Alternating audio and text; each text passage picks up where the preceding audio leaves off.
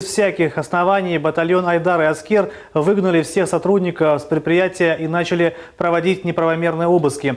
По словам Немитулаева, батальон Ислямова требовал 50% прибыли от бизнеса на нужды формирования, угрожая, что в противном случае у семьи возникнут проблемы. Батальон Ленура Ислямова, «Аскер», они уже пытались захватить у нас пансионат, это тоже в Геническом районе, где тогда это получило массовую огласку, и они как бы отошли в сторону. Да? Что на самом деле произошло позавчера?